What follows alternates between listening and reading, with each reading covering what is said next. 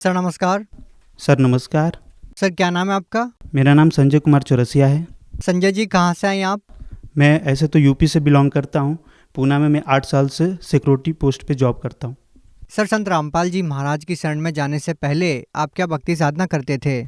जैसे मेरे हिंदू धर्म में होने के कारण मैं देवी देवताओं की भक्ति करता था और हनुमान जी का उपास रहता था और मंदिरों में जाया करता था।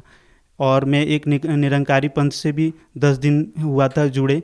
उतने में अपने संत रामपाल जी महाराज के शिष्य मेरे को मिले। उन्होंने रामपाल जी महाराज के जो ज्ञान है, जो अपने शास्त्रों के अनुसार ज्ञान है, उससे हमको बताए और एक इंटरव्यू दिखाए।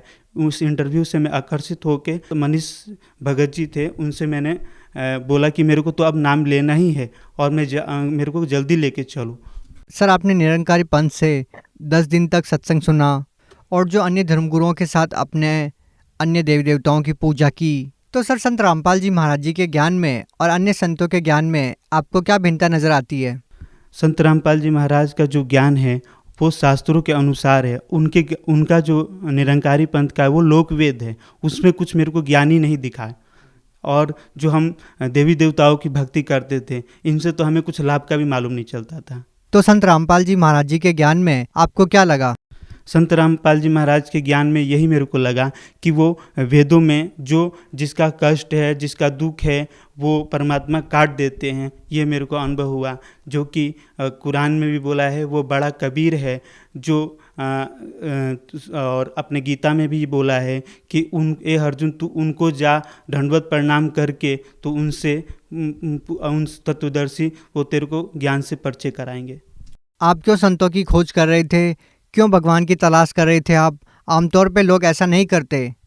सर जी, जैसे कि मैं देख के किसी को देख के मैंने नासा किया था। उस नासा के वजह से क्या हुआ था, मेरा जी घबराने लगा और घबराते फिर मैं वो खैनी खाना, फिर मतलब कि बियर पीना, ऐसे से शराब नहीं पीता था, मांस खाना। तो फिर मेरे को एक घबराहट से होने लगा और घबराहट से होने लगा तो फिर मेरे को रात में बेचैनी से होता था, नींद नहीं आती थी। फिर मेरा दिल्ली में ही बुआ का घर था, उस समय मैं दिल्ली गया हुआ था। तो फिर मैं बुआ के घर गया तो बुआ से बताया अपनी बातें कि मेरे को ये प्रॉब्लम है, घबराहट होती है, नींद नहीं आती है।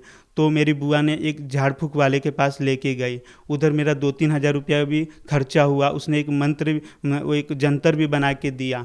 उस जंतर को मैंने पहना और पहना, फिर भी उससे कुछ मेरे को फ़ायदा नहीं हो रहा था और भी घबराहट जैसे महसूस होने लगा। सर पहले जो आप पूजाएं कर रहे थे, उन पूजाओं को करते करते भी आपको बहुत सारी परेशानियां थी, आपको बेचैनी की समस्या थी। तो सर जब आपने संत रामपाल जी महाराज जी से नाम दीक्षा ली, तो क्या उसमें आपको कोई लाभ भी मिला? संत रामपाल जी महाराज के जिस दिन मैंने मंत्र लिया और मैंने प्रथम मंत्र ही बस 5 बार ही किया, तो उतने में ही मेरे जैसे शरीर हल्का होने लगा और जैसे एकदम शांति महसूस होने लगा शरीर में।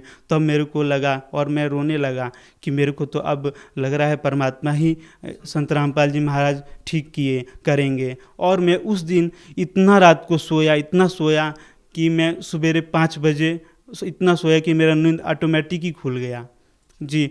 और मेरे को फिर मैं सुबह में उठ के और मंत्रों का सुमरन किया, इतना मंत्र का सुमरन किया, पर गुरुदेव की मैंने दीपक नहीं जलाया था। हाँ, संत रामपाल जी महाराज का दीपक नहीं जलाया था और दीपक ना जलाने के कारण तीसरे दिन परमेश्वर कबीर साहब प्रकट होके सफ़ेद कपड़ों पे सामने आते हैं और बोलते हैं, बेटा तू दीपक जलाया कर और दीपक जला के नियम से भक्ति किया कर, मैं तेरे साथ रहूँगा। आपको कबीर साहब जी ने साक्षात दर्शन दिए? जी, कबीर साहब ने मेरे को साक्षात दर्शन दिया। क्या वाक्या था वो, पूरा बताइए।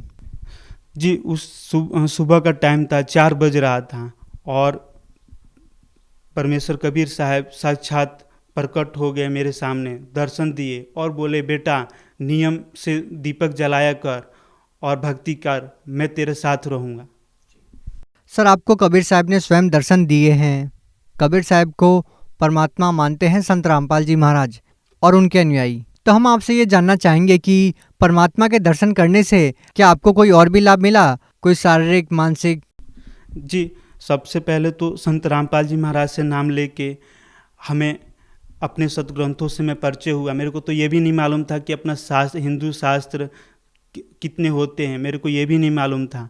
पर परमात्मा के शरण में आते हुए, संत रामपाल जी महाराज के शरण में आते हुए मेरे को मालूम चला कि अपने गीता, बाइबल, वेद, कुरान जितने भी ग्रंथ में हैं उसमें लिखा है कि परमात्मा कबीर ही भक्ति योग्य हैं। सर एक बात बताइए, करोड़ों लोग ऐसे हैं जो परमात्मा के दर्शन के लिए बहुत प्रकार की साधनाएं करते हैं, तप करते हैं, वो पहाड़ों में भी रह के तपस्या करते हैं, गुफाओं में कठिन साधना भी करते हैं ताकि उनको परमात्मा के दर्शन हो जाएं। आपने कबीर साहिब जी के दर्शन किए, सुबह 4 बजे वो आपके पास साक्षात आए। तो सर आप हमें बताइए कि परमात्मा दिखता कैसा है? लोगों के मन में ये शंका है कि वो परमात्मा साकार है या निराकार है। आपने उस परमात्मा को देखा है, आप हमें उस परमात्मा के बारे में बताइए, वो कैसे दिखते हैं, कैसा उनका स्वरूप है? जी सर, परमेश्वर कबीर साहब जो अपने वेद अपने बाइबल में लिखा है कि वो परमात्मा जो 6 दिन में सृष्टि रचना किया और 7वें दिन विराजमान हो गया, वो परमात्मा कबीर है। और वो दिखते हैं, सफ़ेद कपड़े में हैं, सफ़ेद दाढ़ी है उनकी और विशाल शरीर था उनका। वो अपने परमेश्वर जो अपने ग्रंथों में लिखा है कि वो जो अपने शास्त्रों के अनुसार भक्ति करता है, परमात्मा उसको दर्शन भी देते हैं और उसको लाभ भी देते हैं। सर आप भगत समाज को क्या संदेश देना चाहते हैं? सर मैं भगत समाज को ये संदेश देना चाहता हूँ कि आजकल यूट्यूब, फेसबुक और भी चैनलों पे जो संत रामपाल जी महाराज का सत्संग आता है, नीचे नंबर आते हैं, उस पे फ़ोन करके और संत रामपाल जी महाराज से आप जुड़ सकते हैं। जी बहुत बहुत धन्यवाद। नमस्कार सर।